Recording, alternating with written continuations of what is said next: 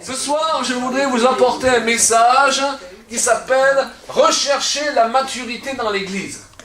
Un message sur la maturité. Alors, je ne voudrais pas vous apporter ce message avec une attitude condescendante. C'est Claude Payan, le pasteur très mature, qui vous prend de haut, vous qui avez besoin de plus de maturité, n'est-ce pas? Non, on va étudier ensemble ce sujet ce soir et réaliser à quel point nous avons tous besoin d'aller de plus en plus vers la maturité, parce que l'immaturité est la cause principale des problèmes d'église. Et tant qu'il y a trop de problèmes dans les églises, c'est difficile d'être unis pour pouvoir affronter le diable et ses pièges. Dieu a placé des ministères dans l'église, et des ministères précis, dont des objectifs précis. C'est de nous enseigner et de nous équiper. Regardez, c'est écrit dans Éphésiens 4, 11 à 16. Il a donné les uns comme apôtres, les autres comme prophètes, les autres comme évangélistes, les autres comme pasteurs et enseignants, pour le perfectionnement des saints, en vue de l'œuvre du ministère et de l'édification du corps de Christ, jusqu'à ce que nous soyons tous parvenus à l'unité de la foi. Vous imaginez le programme? Et de la connaissance du Fils de Dieu, à l'état d'homme fait, à la mesure de la stature parfaite de Christ. Et le point sur lequel je veux insister est le suivant: afin que nous ne soyons plus des enfants flottants, emportés à tous les vents de doctrine. C'est le dernier qui a parlé plus fort qui a raison. Donc, un des objectifs recherchés par Dieu nous concernant est que nous ne soyons plus des enfants spirituels, mais des chrétiens adultes, matures, des hommes faits selon la traduction. Donc, parvenir à un moment donné à une certaine maturité, c'est une nécessité absolue pour notre vie personnelle, pour notre vie d'église, pour notre ministère éventuellement, et pour notre vie de couple. Il y a un problème majeur de l'église, et de se retrouver souvent avec une majorité de personnes ayant seulement un statut d'enfant spirituel, et non pas d'adulte. Et d'après ce texte, les enfants sont flottants et emportés à tous les vents de doctrine. Ça signifie qu'ils sont instables et influençables. Du fait qu'ils ne sont pas fermés, ils gobent un peu tout, vous savez. Vous avez vu les bébés qui marchent à quatre pattes? Ils mettent tout dans la bouche. Ils peuvent mettre le bon, et ils peuvent mettre aussi ce qui va les tuer. Et nous avons beaucoup de gens aujourd'hui, ils gobent tout. Or la Bible nous dit, analysez toutes choses, même pour les prophéties. Ne méprisez pas les prophéties, mais analysez toutes choses, retenez ce qui est bon, sous-entendu, évacuez ce qui ne l'est pas. Donc nous voyons que l'apôtre Paul nous appelle à la maturité. Je ne sais pas pour vous, je rencontre régulièrement des personnes que j'ai connues il y a 20 ans, même il y a 30 ans, des gens sympas, mais ils n'ont pas évolué de ça. Je vois que je ne suis pas le seul.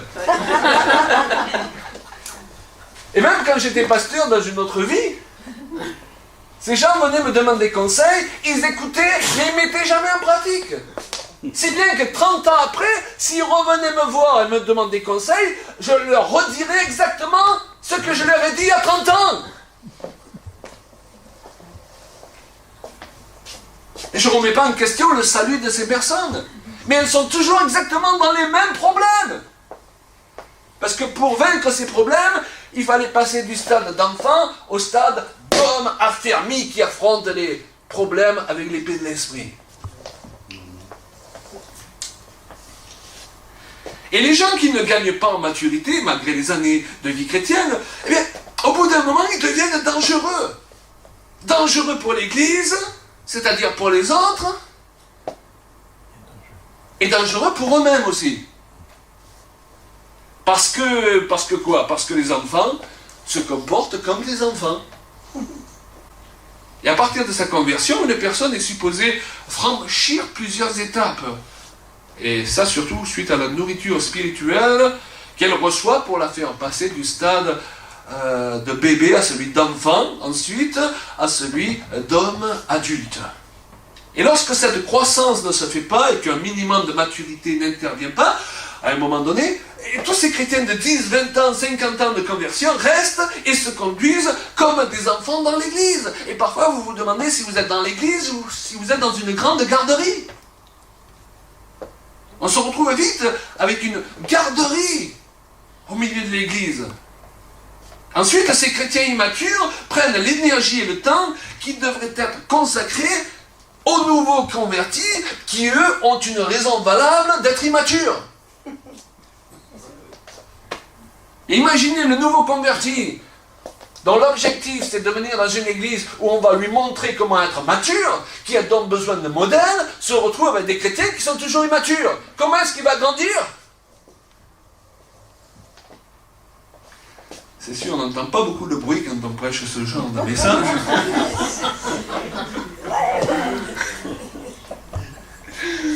C'est pourquoi beaucoup d'églises sont usées, déstabilisées par l'immaturité de tant de leurs membres. Et je sais que beaucoup d'églises que nous visitons, même comme la vôtre, elles ont connu tellement de divisions, tellement d'explosions, tellement de vagues d'agressions, les unes après les autres. Et je les félicite d'être toujours là. Merci. Alléluia. C'est déjà un exploit. Il y en a beaucoup qui ne sont plus là, après avoir vécu les mêmes choses. Amen. Mais la cause de tout ça, la plupart du temps, c'est l'immaturité. Voyez-vous, le chrétien immature, il est obsédé par ses propres intérêts. Moi. Il faut que tout tourne autour de moi. Or, le chrétien immature, lui, ce qui l'intéresse, c'est les autres. C'est comment être un sujet de bénédiction pour les autres. Pourquoi? Parce que Jésus a dit, il y a plus de plaisir à donner qu'à recevoir. Donc on peut juger de la maturité d'une personne par le fait qu'elle prend plus de plaisir à donner qu'à recevoir. Et vous pouvez vous juger vous-même, parce que la Bible dit qu'il y a un bon jugement, il y a un mauvais jugement qui consiste à condamner les autres, ou à se condamner. Ce n'est pas de ce jugement dont je parle. Mais bibliquement, il y a un bon jugement qui consiste à s'examiner. Amen. Et savoir où on en est, et voilà un bon critère par rapport au fait qu'on prend plus de plaisir à donner qu'à recevoir, ou plus de plaisir à recevoir qu'à donner. Alléluia, demandez à votre voisin s'il suit. Je suis. Vous suivez toujours? Est-ce qu'on continue? Voilà, on voyage beaucoup avec Julien, on rencontre pas mal d'églises, de ministères, de personnes, particulièrement du monde évangélique, et il y a des gens super affermis, alléluia. Vous savez, dans l'église, il ne faut pas toujours critiquer l'église, il y a ceci, il y a cela. C'est vrai, il y a beaucoup de choses qui ne vont pas, mais les gens les plus merveilleux sur terre, vous les trouvez dans l'église aussi. Amen. Qui ont tellement de maturité, ils sont toujours là, prêts à se sacrifier pour les autres. Mais parfois, une grande majorité de chrétiens, de couples, de ministères aussi, donnent l'impression qu'ils sont bien fragiles. J'en faisais un jour la réflexion à ma femme, face à une certaine assemblée qu'on aimait beaucoup, que c'est fragile tout ça. Ça a coûté des efforts, on a payé un tel prix pour bâtir telle œuvre ou telle église, et souvent, ça peut péter pour un rien et s'effondrer si rapidement.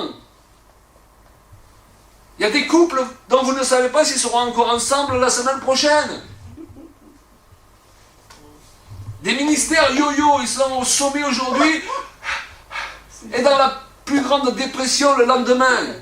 Vous en connaissez comme ça? Ils veulent sauver le monde aujourd'hui, vous les rencontrez, il n'y a personne qui est assez spirituel pour eux. La semaine d'après, vous les rencontrez, ils sont au bord du suicide. Trouve le milieu. Beaucoup de chrétiens ainsi que de ministères souffrent d'une forme de bipolarité spirituelle. Leur conjoint ne sait pas trop sur quoi il va tomber chaque jour. Leur congrégation ne sait pas si elle va se faire engueuler ou recevoir les louanges de son leader le dimanche matin. Est-ce qu'il y a des connaisseurs ici? Ou je parle dans le vide? Parce que ça varie sans arrêt. Rappelez-vous, les enfants sont ballottés à tous les vents. Et on se lasse de faire continuellement du grand 8. On se lasse aussi des autotamponneuses dans l'église. Les autotamponneuses, c'est qu'il y a toujours quelqu'un pour te rentrer dedans. Vous connaissez?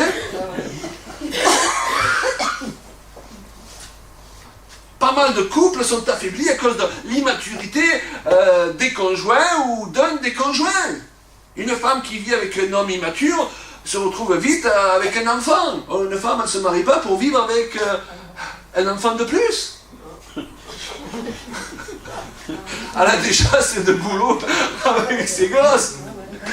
Une femme veut un homme et pas un enfant de plus à la maison. Et vice versa, un homme, il veut une femme, une vraie, pas une petite fille à la maison. Alléluia. On continue? Qui veut continuer? Alors, on va voir un peu les causes. J'ai analysé un peu la cause ou les causes de l'immaturité de beaucoup d'enfants de Dieu. Et je juge personne, j'en ai fait partie pendant des années et j'ai encore du travail. D'accord? Je vous rassure. Le premier point que je vois, c'est le manque d'enseignement. La parole de Dieu est une nourriture. Si on reçoit une nourriture équilibrée, suffisamment consistante, on va grandir et se développer normalement. C'est important de faire attention avec quoi vous vous nourrissez. Les livres que vous lisez. C'est important de savoir prendre le bon et laisser le mauvais. Commencez par les miens. Alléluia. Absolument. Je n'ai pas à vous encourager de tout lire et de tout gober parce que c'est la Bible elle-même qui dit ceux qui sont conduits par l'Esprit de Dieu sont fils de Dieu. Et aucun de nous n'a le droit, en tant que ministère, apôtre, prophète ou pasteur, de vous dire vous ne discutez pas et vous prenez tout. Parce que c'est Dieu lui-même qui vous dit qu'il a placé son esprit en vous pour que vous ayez la capacité d'examiner par vous-même ce qui est bon et mauvais pour vous. Amen. Donc nous sommes là pour vous rendre non pas dépendants de nous, mais le plus indépendants de nous possible pour que vous soyez le plus dépendants du Saint-Esprit possible. Amen. Alléluia. Alors ça n'arrange pas tous les ministères, c'est sûr. Mais moi je veux aller dans cette direction. Parce que je ne veux pas être jugé. Et Dieu jugera tous les gens qui utilisent la manipulation ou qui utilisent les dons qu'il leur a donnés pour faire du mal au peuple de Dieu qu'il a racheté par son sang précieux. Rappelez-vous, la Bible dit que le peuple est détruit. On pourrait dire même empêché de grandir, faute de connaissance. Et Jésus a dit, vous connaîtrez, vous prendrez connaissance de certaines vérités, et hop, la vérité vous affranchira. Ah. Dans le manque d'enseignement. Une autre cause peut venir aussi du contexte dans lequel on se trouve, où on nous infantilise. On enseigne aux gens à ne pas devenir matures, parce que ça nous arrange de les garder enfants, afin de mieux les dominer et de mieux les manipuler. Il y a des maris aussi, ça les arrange que leur femme n'ait pas trop d'indépendance. Mais dans un couple, Dieu nous a placés pour se libérer l'un et l'autre. Et pas pour s'éloigner l'un de l'autre. Mais quand on a quelqu'un dont on sent qu'il est là pour nous libérer, on a envie de rester près de lui. Amen? Amen. Par contre, on veut s'éloigner des gens dont on sent qu'ils sont toujours là pour nous entourer de leurs griffes. Nous avons une vocation, c'est celle de libérateur. Vous savez que vous êtes des libérateurs? Amen. Vous n'êtes pas placés sur cette terre pour asservir les autres, vous êtes là pour les libérer. Et si vous voulez servir le Seigneur, vous devez vous rappeler que votre ministère, à la base, est un ministère de libération. Nous voulons libérer les gens, qu'ils soient dans l'appel que Dieu leur a adressé, à la place qui est la leur, même s'ils ne sont pas avec nous ou ils ne sont plus avec nous. Parce que nous ne bâtissons pas notre royaume, nous voulons bâtir le royaume de Dieu. Amen. Et même quand ils nous quittent, on veut les bénir. Alléluia. Amen. Ensuite, il y a le choix que font certains de refuser de grandir. Ça aussi, c'est une réalité. Il faut savoir aussi que beaucoup de pasteurs font tout pour aider leurs membres à grandir, mais ceux-ci ne veulent plus aller plus loin. Car ils ne veulent pas prendre de responsabilité. Quand tu n'as pas de responsabilité, c'est toujours la faute de quelqu'un d'autre. Tu comprends? Mais le jour où tu acceptes la responsabilité, quand tu te plantes, tu t'es planté. Alléluia. Et je voudrais vous dire que c'est pas si grave de se tromper. On apprend en se trompant. Et c'est du courage que d'accepter sa responsabilité de s'être trompé. Ça, c'est mature. La maturité, c'est pas ne plus se tromper. Mais c'est être suffisamment un homme et une femme mature pour dire, oui, c'est moi qui me suis trompé. On n'a pas à mettre ça sur le dos du pasteur. On n'a pas à mettre ça sur le dos de ma femme ou de mon mari ou du frère un tel. Ah oui, mais il t'avait donné ce conseil. Oui, eh bien, c'est quand même moi qui ai accepté de l'accepter, ce conseil. Alors que je devais analyser toute chose. Alléluia! Trop de gens se sont habitués à ce qu'on leur donne le biberon et qu'on leur change les couches. Et ils veulent que ça continue comme ça. Or, il y a une différence entre changer les couches à un bébé et les changer à un enfant ou un adulte qui refuse de grandir. Les odeurs ne sont pas les mêmes. Et c'est pour ça que parfois on a de drôles d'odeurs dans l'église, les amis. Ensuite, le dernier cas, c'est qu'il y a des personnes qui, parfois, ont un dysfonctionnement psychologique. Et là, ces personnes ne le font pas exprès. Elles ont besoin de la guérison du Seigneur. Vous savez, parfois vous expliquez quelque chose à certaines personnes, elles veulent comprendre, mais elles n'y arrivent pas. Et là, il faut demander au Seigneur comment aider ces personnes. Dans beaucoup de grands rassemblements chrétiens aussi, on a développé un peu, et c'est très bien qu'il y ait des grands rassemblements pour rassembler frères et sœurs, pour louer le Seigneur, pour chercher la face de Dieu, voir plus de miracles se manifester. Mais il semble que des fois, c'est devenu l'obsession du recevoir. On fait réunion sur réunion où on va recevoir ceci, recevoir cela, avoir sa prophétie, recevoir, toujours recevoir. Vous faites la pub pour votre réunion, venez recevoir. Les gens s'accrochent leur attention. Vous dites soirée de jeûne. Vous avez moins de personnes. On est d'accord? Parce qu'on est facilement obsédé par le moi. Sur Facebook, et je l'utilise beaucoup pour l'édification, vous mettez un post sur aider à comprendre son identité, aider à comprendre comment recevoir la bénédiction de Dieu. Et c'est légitime.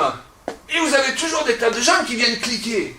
Mais quand vous mettez un post sur devenir plus mature, vous perdez 50% des gens qui cliquent d'habitude. Parce que le moi attire trop. Et je ne dis pas que les gens ne doivent pas venir pour être bénis. Mais aujourd'hui, parfois, ça devient une obsession, vous savez. Et je crois que parfois, quand on devient obsédé par recevoir, plus qu'on cherche à recevoir, moins on reçoit. Venez saisir votre miracle. Oui, c'est bien, occasionnellement, fait une réunion pour venir saisir son miracle. Mais si toutes les réunions, c'est venez saisir votre miracle, venez pour qu'il soit pourvu à tous vos besoins, à un moment donné, on ne vient même plus pour adorer Dieu, quoi. Et mon miracle, ça devient mon idole. N'est-ce pas? C'est pour ça que, de toute façon, la louange, dès qu'elle démarre, on n'a pas à se tâter pour savoir si on va louer Dieu ou pas. On est là pour lui. On n'est pas là pour nous. Ah, mais j'ai eu une mauvaise semaine. Super, t'as encore plus besoin que les autres. Loue fort. Non, mais tu comprends pas. Je le sens pas. Elle va dire ça à ton patron lundi. Oh, je ne suis pas levé ce matin, je ne me sentais pas. Lui, il va te dire, moi je me sens de te virer. On ne peut pas marcher parce qu'on sent tout le temps. Ça, c'est lié à la maturité. Alléluia. Dis donc, on n'entend pas une mouche voler. On continue? Alléluia. Un pasteur raconte qu'il avait de belles réunions avec sa congrégation, où plusieurs étaient guéris et délivrés. Et puis, avec le temps, l'enthousiasme a baissé, et de moins en moins de personnes ont commencé à venir à l'église. Alors, il a dit, on va annoncer une série de réunions sur être déliés. Alléluia. Les gens ont recommencé à venir pour être déliés. Amen. Ils se sont fait délier de tout ce qu'ils trouvaient à se faire délier. Puis, avec le temps, ils ont cessé de venir. Alors le pasteur, il a annoncé une série de nouvelles réunions pour être remplis de l'esprit. Les gens déliés sont donc revenus pour être remplis de l'esprit. Ça a duré pendant un moment. Et puis ça a recommencé à baisser. Alors le pasteur, il fallait qu'il trouve un nouveau truc. Alors il a annoncé une série de réunions spéciales délivrance, dont les gens déjà déliés, remplis de l'esprit, sont venus pour se faire délivrer. Un grand nombre. Et il y a eu toutes sortes de manifestations. Puis le pasteur, au bout d'un moment, en visitant ses membres, dans leur maison, il a constaté que les mêmes qui avaient été déliés, remplis de l'esprit, délivrés, avaient des vies qui étaient loin de glorifier Dieu. Parce qu'ils étaient incapables de garder n'importe quelle victoire dans laquelle ils étaient supposés saisir à l'église. Est-ce que vous me suivez? Parce que l'immature, il est mature que pendant la réunion.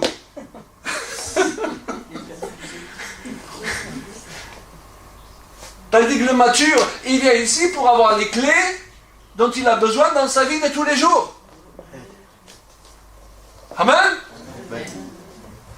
Et à la rigueur, il va se retrouver rempli de l'esprit, le mature, délié et délivré, sans faire autant de cinéma. Parce qu'il sait en qui il a cru. Ouh! En fait, tous ces gens,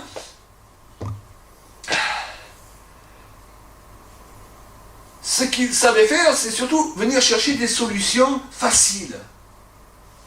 Vous savez que toutes les solutions, elles n'arrivent pas facilement. Il y a un travail spirituel.